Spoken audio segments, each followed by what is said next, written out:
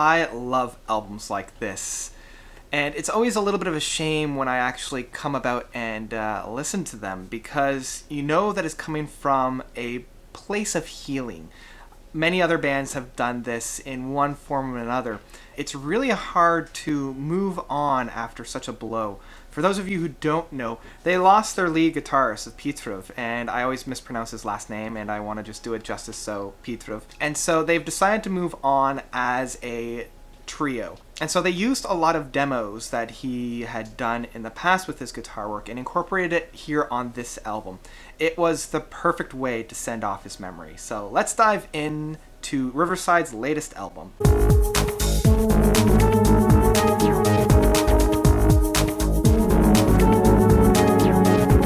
Eye of the Soundscape by Riverside. So Riverside is a Polish progressive rock group. They are one of my favorite progressive rock bands that have come out of this century. Their ability to blend that really deep Hammond organ sound from like the 70s with just the complexity of the music from today. Now that really can't be said for this latest endeavor of Eye of the Soundscape. Some people have credited this as a full-length new studio LP, and some people have credited it more to like an EP or a reworking of songs. It's one of those albums that's really kind of hard to kind of pinpoint exactly what it is, outside of just being beautiful music. In a nutshell, this guy is a reworking of either demos that the group has put on the shelf, songs that they've already released, or kind of a mishmash of the two. By reworking them, it's a much more subtle, somber, almost like a bare bones track without actually being raw. It's very minimalistic in times. It's just a very like soothing. I do think the best way to describe this is actually through the title of Eye of the Soundscape. It uses a lot of those soundscaping sounds, almost like a soundtrack of such. Most of these songs are just beautiful. But the best way to equate this is almost like that same essence that, say, a Tangerine Dream or a Jean-Michel Jarre, that kind of experimental with just sound.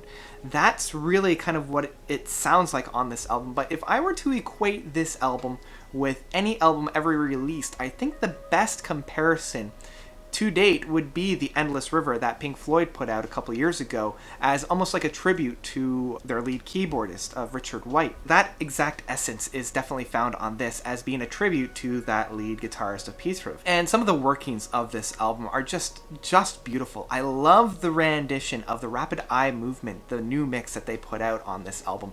It stretches into that 12-minute mark, and just where it goes and what they do with the music, instead of being so heavy-hitting and in-your-face concept within the Rapid Eye Movement of being in between that delirium of wakefulness and sleep, here that delirium is a little bit more subdued, and it's that almost that uncanny valley of what is, reality and what is fantasy. And having it here in a much more mellow approach, it adds that whole new dimension to that song.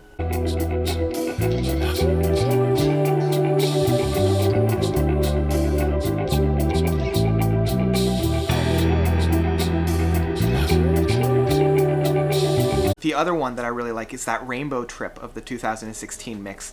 This guy, it really reintroduces a lot of different kind of sounds and mellow feels. Very much like a Pink Floyd song, very much just kind of exploring the territory and exploring the space within the song.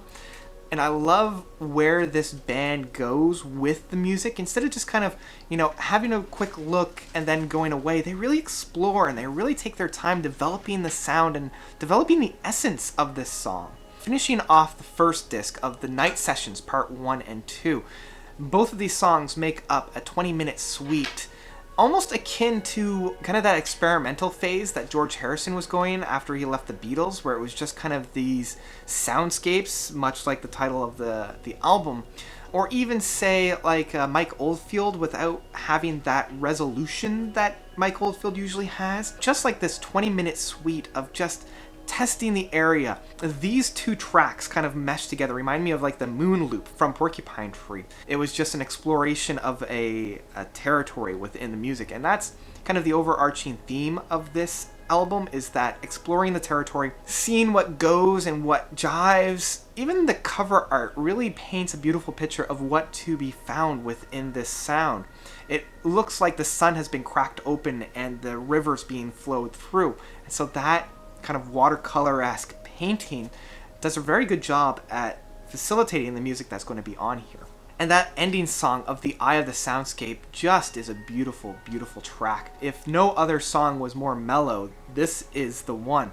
It just ends the track so somberly and so mellow, and just closes the blinds perfectly within the scope of the overall album.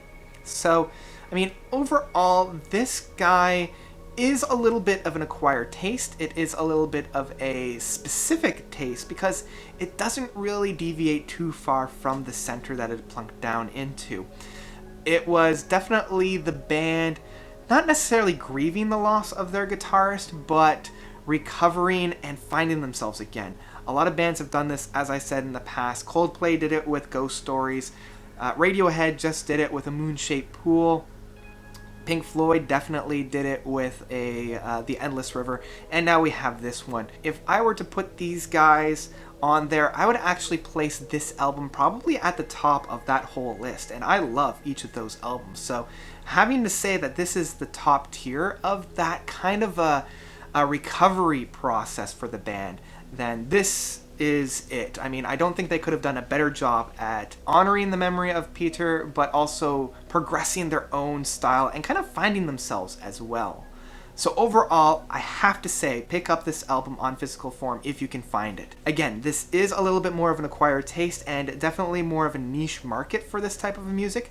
If you're a big fan of, say, the early days of Riverside, where you love those really heavy sounds and that kind of a feeling, this album isn't going to be for you. This album is much more of a lighter approach, even lighter than their last two albums that they've put out, where I felt like one of the main hindrances of those albums was the lighter side, but within this one, it actually plays as a favor, as a plus. So that's about it. What did you guys think of Eye of the Soundscape by Riverside? Did you love it? Did you hate it? Whatever you thought, let me know by commenting down below.